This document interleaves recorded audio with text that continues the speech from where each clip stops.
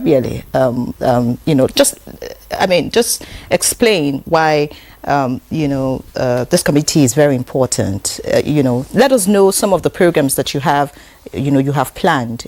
Maybe you started some, or that we do not know about. Let us know how this would really help you meet this objective of financial and economic inclusivity.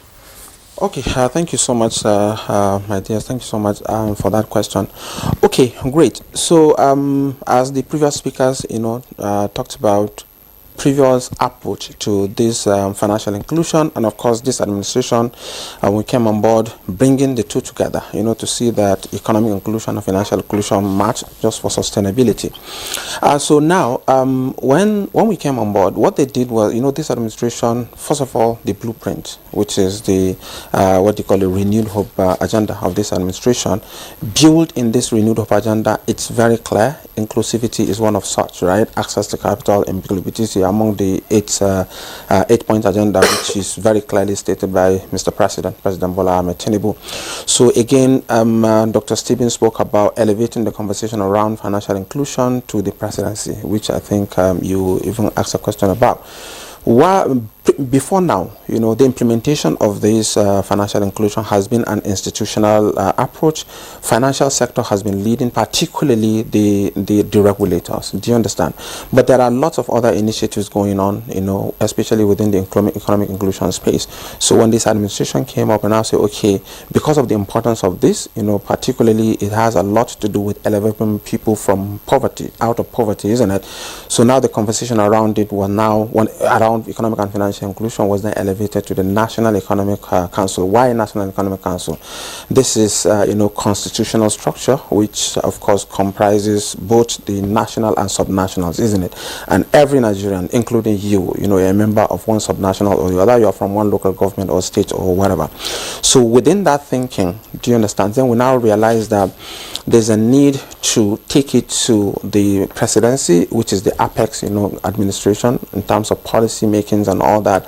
So that is why initially, that was in April, precisely on 25th of April 2024, a stakeholders workshop was held, in the villa. The intention was to bring the stakeholders together to discuss, to give us a clear understanding what do we need to do. This administration is the listening administration. We need to do it the people's way, not our own way, isn't it? So now we ask people, how do we do it better? And it's at that point that the ASWA Accord on Economic and Financial Inclusion was actually signed on that day. What does ASWA Accord means, to Nigerians? Basically it has about three things in that content. The first thing is the recognition of the importance of economic and financial inclusion by this administration.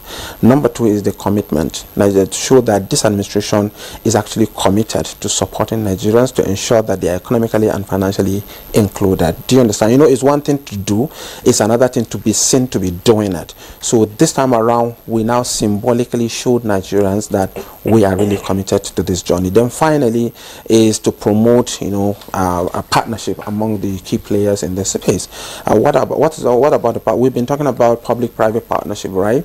So, but this time around, we even encourage the public public-public partnership within the public sector should also partner within themselves. If Central Bank is doing one thing, Ministry of Finance is also doing another thing within that space. Let them come together so that collectively they can actually do better, isn't it? Then again, among the private sector, private partnership is also being encouraged. Then collectively, let's do the public. So on that day, what they call it, a symbolic commitment was done, which as our accord was signed, meaning that it's just like a blueprint, for the country in order to support Mr. President's, initiative of getting Nigeria to $1 trillion economy by 2030. That can only be achieved if every economically active Nigerians has a right, to have access to economic opportunities and financial inclusion in Nigeria. So that is actually the approach that was done. So thereafter, you understand, a lot of series of activities took place, which might be also is a very long list of activities. Last year, we just highlight some. We want to know. I will do that, but just the last aspect, which is the committee, I want to land there. We can go back to the initiatives, but last year was actually a year of awareness, advocacy, publicity for people to know what the government is actually doing. Series of activities took place, which I want to jump, but lastly, we landed at the committee. This committee was actually set up on 4th of December 2024, and eventually just last week Monday, which was on 10th of February, the committee was actually inaugurated. So if you look at the composition of that committee, you will now understand that the conversation around economic and financial inclusion has taken a new dimension. Like I said previously, financial sector driven by central bank, but even now still remain the same, but we have brought in it to bring about economic opportunities, which is the enabler to support financial inclusion. So the composition of the committee. Now, we have the governance committee, which is just like a board, the high level decision making level at that level, headed by the vice president as the chair, the minister of finance as the deputy chair. Then we also have the deputy chief of staff to the president, which is the head of the administration in the office of the vice president. Then we also have honorable minister of innovative and digital economy, which provide all the necessary infrastructure that my brother spoke about, isn't it? All those support, connectivity, internet, and all that other is the duty of Ministry of Communication, Innovation, Digital Economy. Is also onboarded.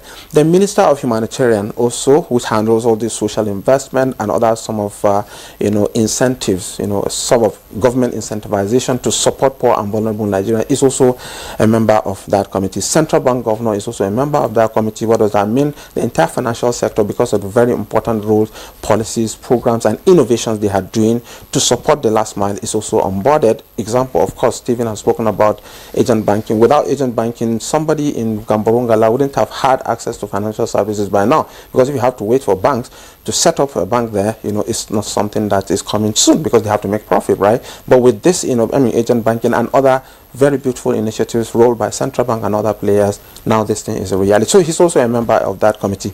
National Security Advisor is also a member of that committee because of the national security imperative of what these economic solutions are also. He's also a member, right? We also have a private sector representative. There's a particular Professor Emmanuel Etapson, because of the role they are also playing in settlement of the infrastructure, which has been detailed by Mrs. Modupe Ladipo, is also a member of that committee. Then there is also a secretary, a member secretary, and of course the head of the secretariat, which by his grace I am actually the one sitting in that role. So what we're trying to say here is that is the board level. Then we also have the second level, which is a technical committee. Technical committee is the composition of people who are experts within their own space, and they are heads of ministries, departments, and agencies. For example, now it's being chaired by the Director General of NIDA, that is National Information Technology Development Agency, right? The question is, why need that? Because they play a very big role in the provision of the digital infrastructure, or they are regulators of information technology in Nigeria, isn't it? So they play a very important role, because we know that leveraging technology is the way to deliver those financial services. So he heads that. Then we have the deputy. It's been deputized by the Deputy Governor of Financial System Stability of Central Bank of Nigeria. I'm sure I don't need to explain the role of CBN within this space. They is quite massive. Then we also have members like Nigerian Governors Forum. Why Nigerian Governors Forum? They hold subnationals, right? All the governors of the country, they need to coordinate certain things in their local government and state government. So that's where Nigerian Governors Forum play a very important role. NCC is also, EVC of NCC is also a member. That is in terms of phone, telecoms, and all that. The role we play right in this space. So it's also a member of that committee. Very important member is also Director General of NIMSI. Identity.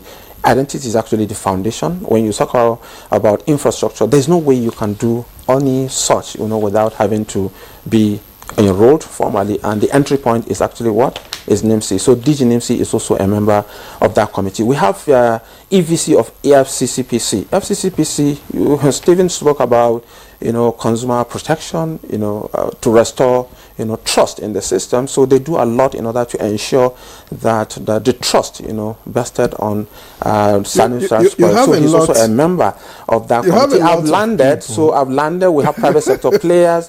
Private sector, we have the Stephen who is seated here, and then Modupe Ladipo, and we also have Lagos Business School who are providing the technical and research service. So who's representing the average Nigerian?